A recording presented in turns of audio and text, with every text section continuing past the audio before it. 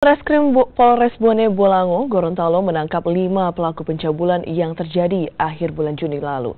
Kelima pelaku yang terpengaruh minuman keras tega mencabuli seorang gadis yang masih di bawah umur.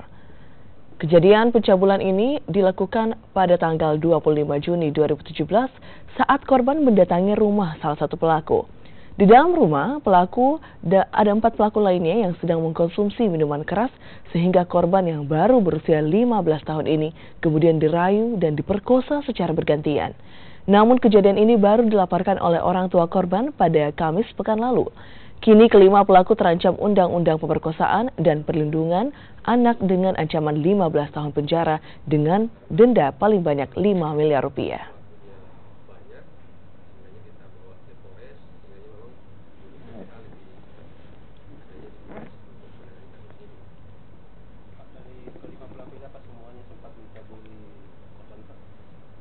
Dari yang kita ambil keterangan